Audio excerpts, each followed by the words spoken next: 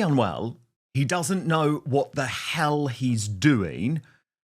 And he's also acting completely inappropriately on camera. Yes, I'm talking about Prince Harry's brand new car crash TV interview with the UK hard left outfit Channel 4 News, where not only does he make Hamas talking points, not only does he make a snide joke about the royal family dominating the news agenda around the world at the moment, but at the same time refuses point blank to answer any questions about Andrew Mountbatten Windsor. So this was the delusional Duke's attempt to try and turn around what has been a disastrous Middle Eastern tour where he looked miserable, not with it, unwell, kept on pushing his wife away. I mean, we all saw it. And so at the last moment, during an interview between the Channel 4 News political correspondent Paul McNamara and Dr. Tedros, the corrupted head of the World Health Organization, Harry decided to barge into the room, and that meant that Channel 4 had to explain to its viewers why they were prepared to host him while not pushing him to answer a thing about, Andrew, his court case against the Daily Mail, or actually any issue he knows anything about. Watch. Prince Harry's people did not want him answering questions about Israel. The Prince did not want to answer questions about his uncle, Andrew Mountbatten Windsor, and his relationship with Jeffrey Epstein, because the fear is that then every headline would be about that and not about what is unfolding in Gaza and the refugee camps here in Jordan. Well, Dr. Tedros and Prince Harry have actually formed quite a close relationship, and rather unexpectedly, Prince Harry then joined us. And again, he's adamant he wants the focus of this trip to be what's unfolding in Gaza and in Jordan and not what's unfolding in London or Windsor with his family. Well, unfortunately, that's not good enough. As a journalist, you always have to ask the questions. But what's interesting, I want you to watch what happens when Harry walks into the room. He looks immediately shifty and uncomfortable. Watch. I understand you don't wish to talk about your family, your uncle, things back in London. You're here because you don't want to distract from the work that you're doing on the WHO and on Gaza. So firstly, why are you here in Jordan? Why is it so important to you? I think having spoken to Dr. Tedros for many months now, well, years, but specifically months in the lead up to this trip, it was really important for us to highlight the incredible work that Jordan does for this region. I think the work's been going on for decades, but more so recently as being a humanitarian hub for the Middle East, and especially everything that's going on in Gaza and also Syria as well. So I think the world should be incredibly grateful for what Jordan is doing and the moral leadership that it's showing for the world right now. Do you see his eyes? He's just not right, is he? He's just not all there. But of course, I will note that there was no actual question from Channel 4 News asking directly about the royal family, just almost a disclaimer at the start that we're not going to ask. But then in this next part of the interview, I want you to listen carefully, because Harry claims that one of the reasons that he has gone to the Middle East and taken this really pro-Hamas, pro-Palestinian position is because it had fallen out of the news agenda. And at that point, he laughs. Yeah, he laughs. And he laughs, of course, because the point that he's making is that the royal family has been dominating the news agenda. But I think it's completely inappropriate, and it shows you the arrogance of this dude. What? Yesterday, we were with you at a hospital where children are still being brought in who have only recently been injured in Gaza. How important is it that the world continues to pay attention here? I think it's important for everybody. It's not just for me. It's not just for Dr. Tedros. I think the entire world has spoken up, and there's a lot of stuff in the news. It goes at an incredible pace, and what's been happening in that region has been going on for a long time, and it drops out of the news. So I think it was a really important time for us to collaborate and come here and shine a light and focus on the very real humanitarian catastrophe that has happened and continues. Now, of course, Harry is a stupid dude, But we know what he was referring to. We know why he was smiling. We know why he was laughing, because what he was trying to say is, ha ha, yeah, my family, they're in trouble now. Ha ha ha, but I'm okay because I'm in Gaza supporting Hamas talking points. And for Harry to say the world has spoken proves to me that he lives in a hard left echo chamber now. But he made that point again. We were with you this morning at a charity that is getting food into Gaza and is feeding 1 million people a day. But they're saying they're not getting anywhere near enough food. Medical aid isn't getting in. Journalists aren't getting in. Would you like to see an increase in all those things going in? Would you like to see independent journalists being let into Gaza? I think again the world has spoken many times. So I think yes, everything that I've heard and everything that I've seen, especially from World Central Kitchen, what we heard this morning on the live link, was that the food, the aid corridors need to be opened. They're currently not, and I know Dr. Tedros has already talked extensively about food and medical supplies. You know, the basic needs for full access for humanitarian organisations to be able to deliver that aid to the people that need it the most. Dr. Tedros, Duke of Sussex, thank you very much for joining us. Thanks, Paul. Thanks for covering this. Thank you for. Oh, what's the point? Seriously, what was the point apart from showing the world how troubled Harry now is? I mean, look at that. Nancy Sidley actually grabbed that picture and wrote, OMG, what is Harry's end game? And the Royal News Network asked this question: did Harry just go with pro-Hamas messaging over Gaza? What a fool. Not political, my butt. He clearly is uncomfortable and has zero idea what he's talking about. Wow, another example of why to strip the place in the line of succession and titles, as he's clearly for sale to spew whatever the highest bidder wants him to say. So dangerous.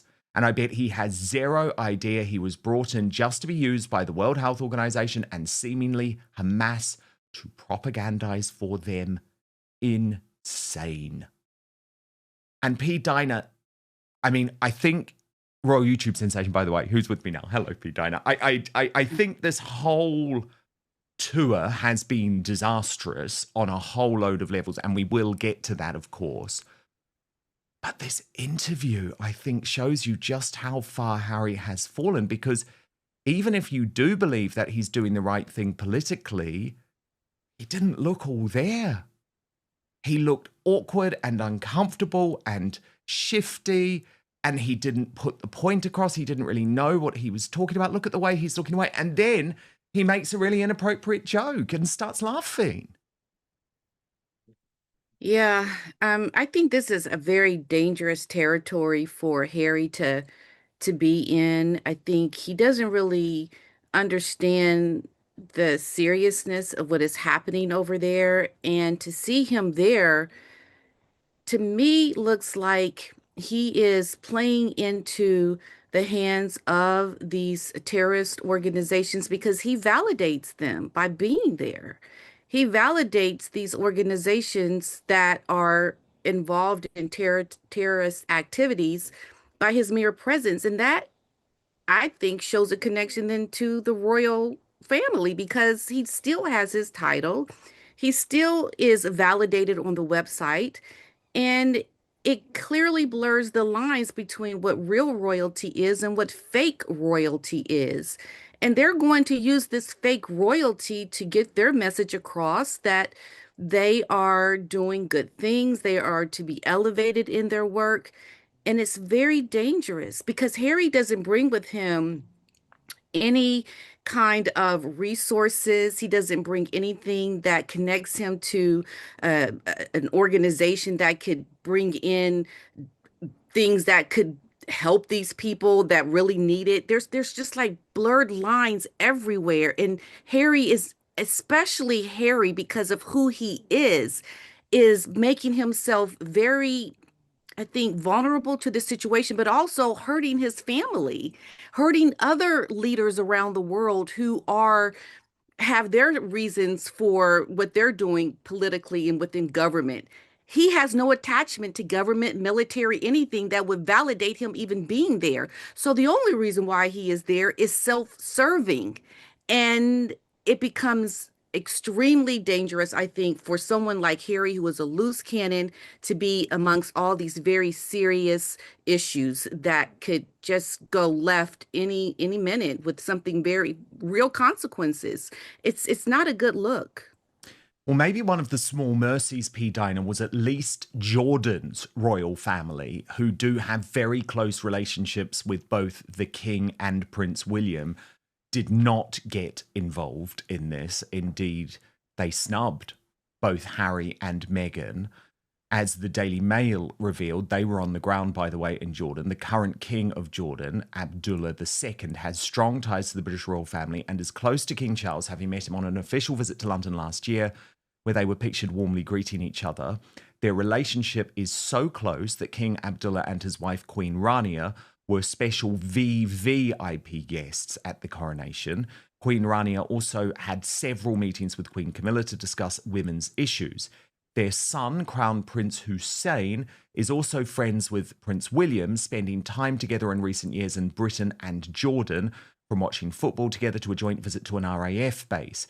The Prince and Princess of Wales, who were at a communities event in Wales together, also attended Hussein's wedding in 2023. But despite Harry and Meghan being in Amman, a source in Jordan told the Daily Mail there is no meeting scheduled between the Duke and Duchess of Sussex and the Jordanian royal family.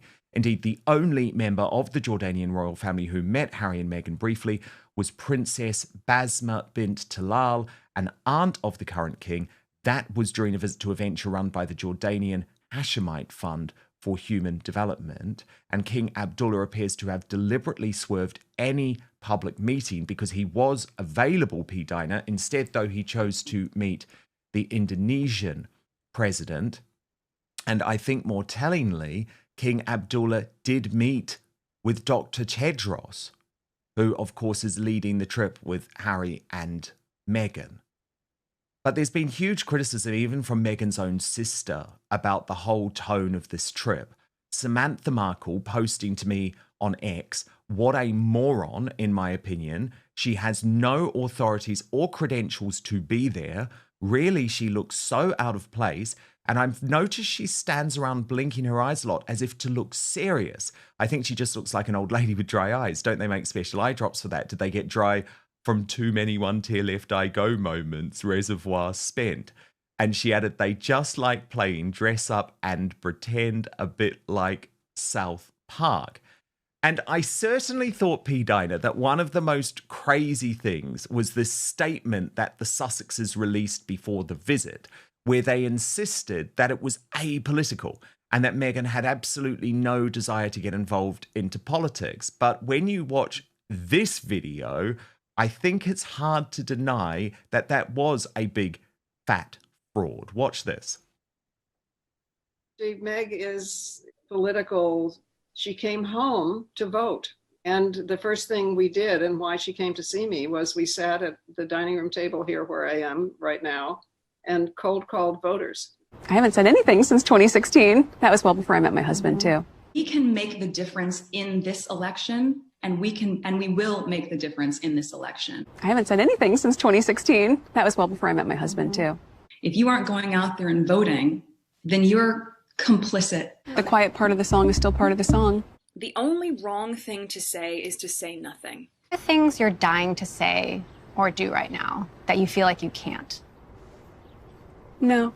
Always remember to put others' needs above your own fears. They've funded this charity in the past, but the head of the charity has spoken out in a fairly pro-Palestine, anti-Israel sentiment. This has then, of course, led Harry and Meghan to have to pull back. Now the CEO has hit back at the charity and said, you know, that it's PR before the help that they have, or, you know, before human rights and the things that they've given money to in the past. I haven't said anything since 2016. That was well before I met my husband, too.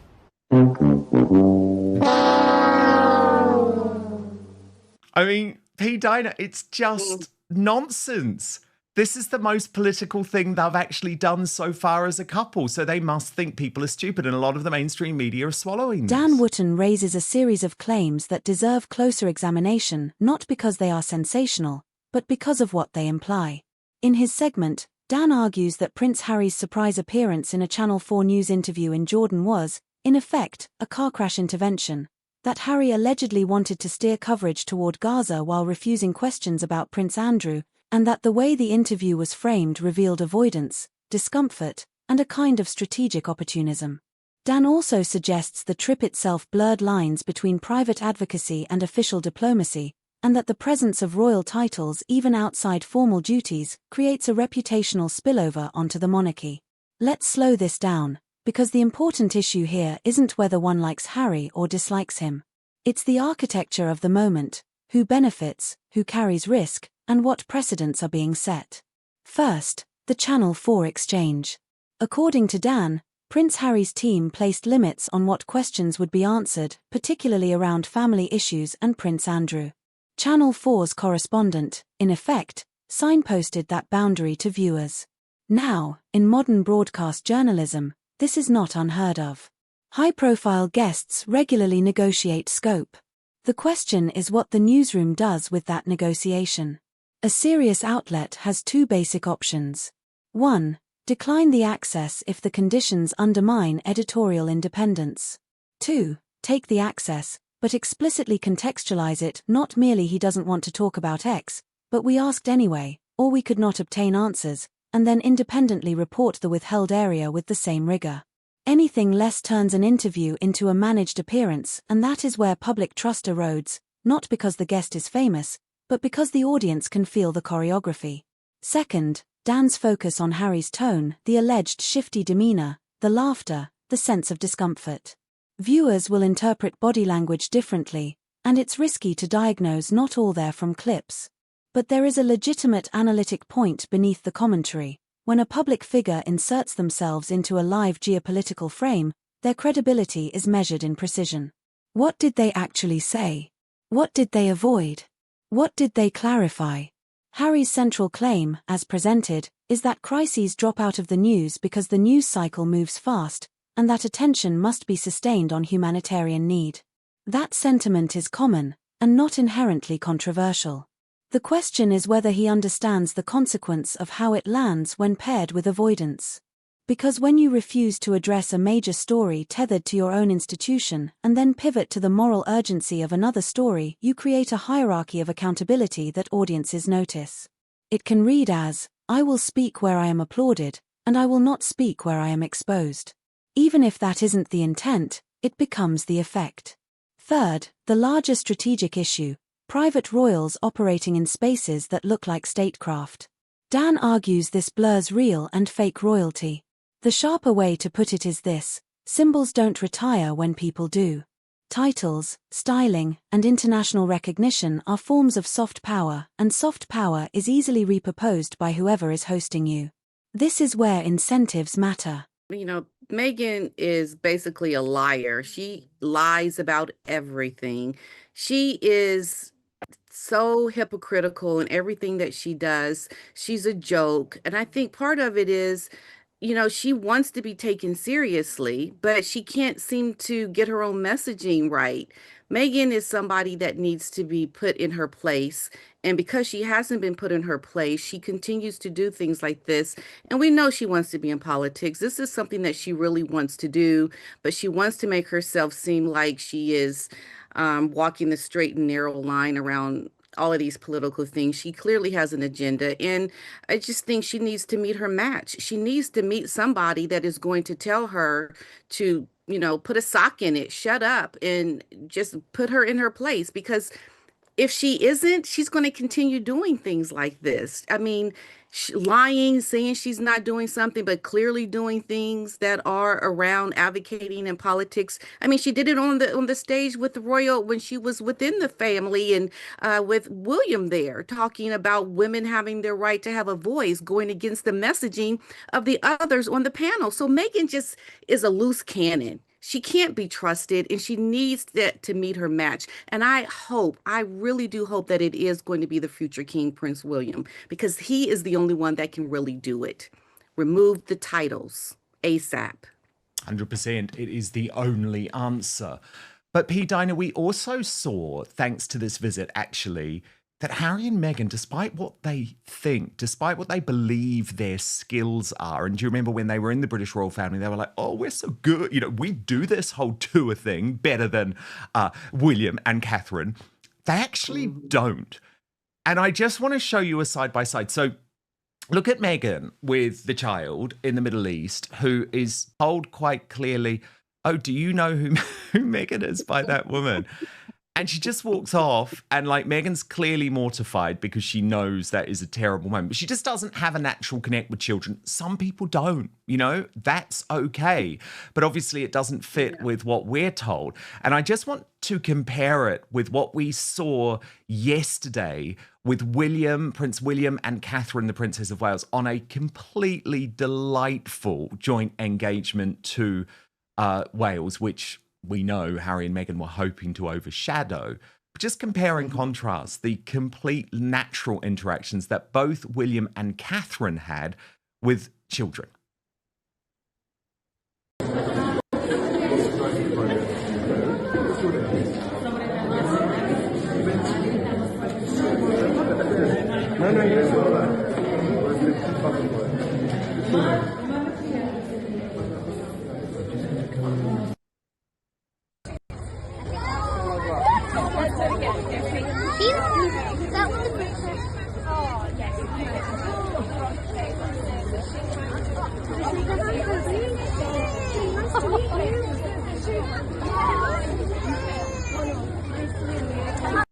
I mean, P. Dinah, it's chalk and cheese. I mean, let's just look again at Meghan with the child. I mean, seriously, William and Catherine just have a natural affinity, don't they? Bless that little girl. I'm serious. Like, that is so incredible how she was so casual in her hands on her side. Like, she just knows. Kids are very intuitive like that. They can sense inauthentic people. They have a way about them to let you know how they really feel, no filters. And if that is not a clear sign of someone showing Meghan that she is a nobody, she is not real, you are not important, I'm walking away very casually and in my moment of just saying, look, lady, I'm sorry, you're not the one. And she showed us just that little girl was brilliant. And it's happened before. This is something that happens over and over again with Meghan. She will never find herself being warmly welcomed by children that that can see and sense the kind of person she is, because Meghan just is not. This is not people just saying things about Meghan. It is a feeling, and kids can clearly pick up on it. I just love it. Bless that little girl. And then you look at what Catherine and William were doing in Wales, P. Dinah, and I think it does show how good they are at the role. And I know there's so much attack coming for them at the moment. Oh, they don't do enough and all of that. But I don't agree with that, by the way. But yesterday, it was just so wonderful because it was pouring down with rain. They saw that the kids were waiting outside. This was not planned. It was unexpected. And to me, actually, it's what a royal tour should be. Right. And, here's the important part about that as well, is that Catherine has an initiative working with young kids, helping them in their early years. So she is walking the walk, and this is why when you see her with children, it's not a photo op for her. This is the work that she has decided to carry out. And William, for that matter, supports her, and he is just as good with kids. But Catherine really understands children. This is why she is putting her voice behind the early start programs and wanting the children to have access to the best education possible when they're forming their brains. Everything is happening in these early years. So she is actually putting a lot of her own work behind it. And this is why she is so good with children, because this is her passion. And this is why the children are so warm to her and they really take to her. And she knows how to just roll with the rock, paper, scissors. She knows how to just, have fun and be light with the kids, because this is her wheelhouse. This is what she does. This is what validates her when we see her with children. So yes, this is going to always be a completely different scenario than someone like Megan, who is out of her element. She's not a kid friendly. She doesn't even know how to hold her own child. We saw that in the early years when she was with Archie. So Megan just doesn't have what it takes. It's just a small part of a big picture of Harry and Meghan just completely off the mark, and the real royals really have it together, as we would expect them to, because they are connected to the greater good, the bigger picture of all of this, because they are the real royals. Well, yeah, You and see? of course, So earlier in the right. week, P. Dinah, and this is why I think it's so difficult, Meghan trying to take on this dual role. Remember, she'd been pushing her, whatever shitty sparkling wine it is, which probably tastes terrible, and was saying, oh, the great advice I have for sparkling wine is you need to chill it. And Erin Mollin, who's very funny, very good, the Australian independent journalist, wrote, I take back everything critical I've ever said about Meghan Markle after this bit of brilliance. And this video of Erin has gone viral, P. Dina. Watch this. Our favourite faux princess. Don't call me royalty, but curtsy right now, you disrespectful turd, Meghan Markle. She has imparted potentially the greatest tip in history, potentially, that I've ever witnessed. And yes, she's referred to it as a tip. Taking to social media, Harry's missus has told us to, now wait for it. I don't want to just dump this on you. I don't want you to be unprepared. Grab a pen, a notepad. She has told us to, as a tip, to chill our sparkling wine. To pop it in the fridge. Put your champagne in the fridge so it's chilled. Now, these words of wisdom are a lot. I know. It's a lot to take in. It's overwhelming. It's life-changing. And look, I don't know about you guys, but I've always just really enjoyed my champagne lukewarm, like toilet water.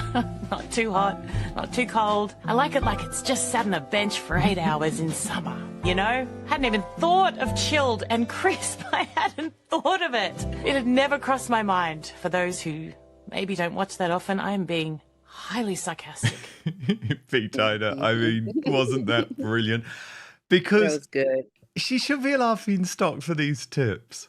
Yeah, she is, because Megan is basic. She's very basic. She offers nothing of value. Nothing. She thinks her mere existence validates her, but it doesn't. Okay?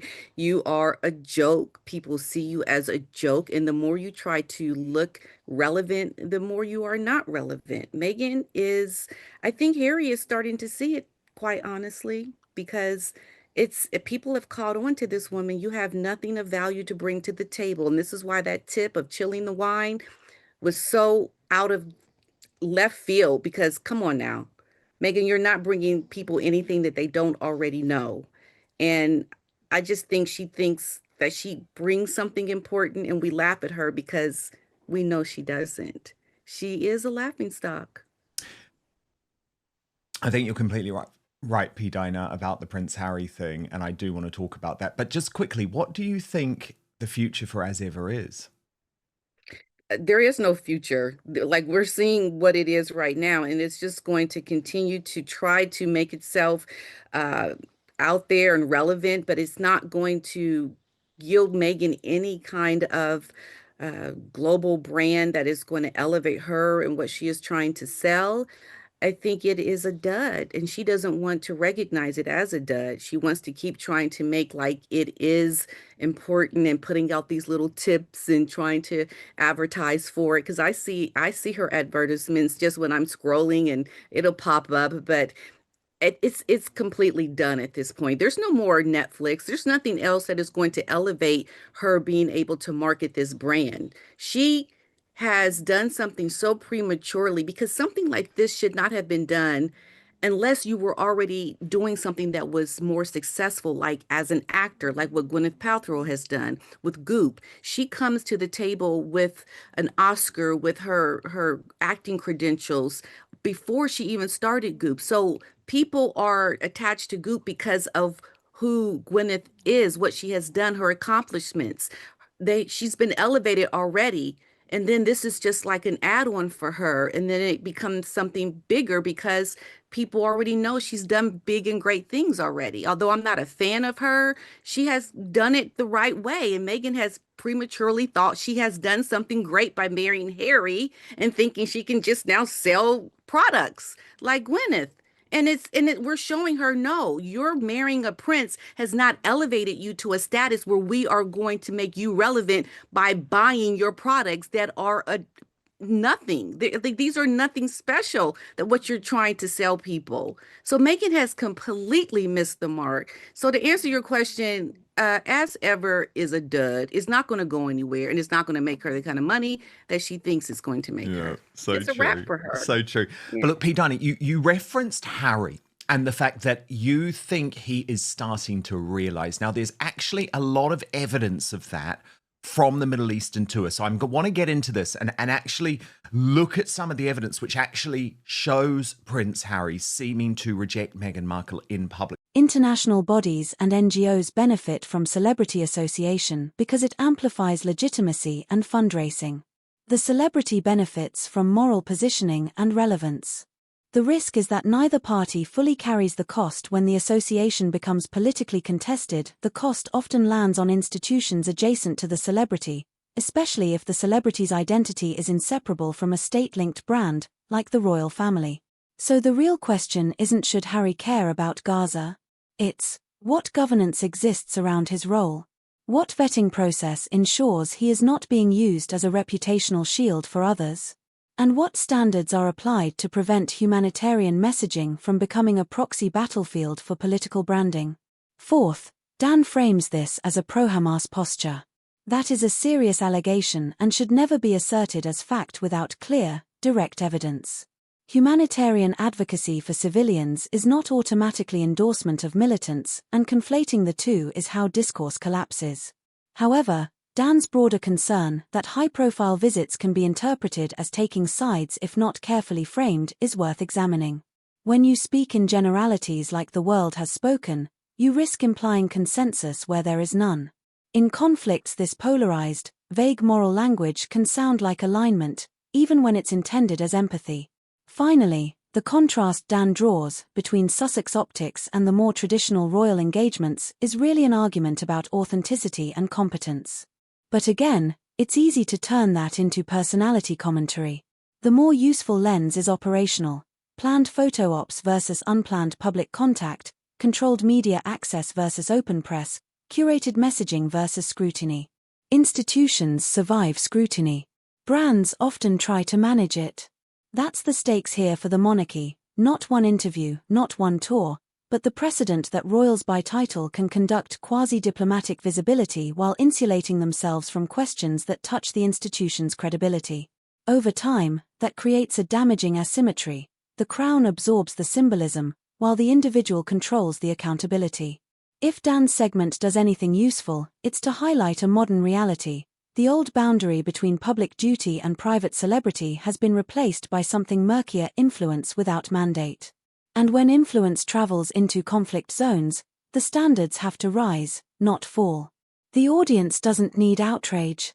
It needs clarity. Who arranged this? What conditions were set? What was asked? What was refused? And what the public is meant to infer from the performance. Because in the end, the story isn't Harry's expression. It's the system, media, institutions, and incentives that keeps rewarding managed appearances while calling it coverage.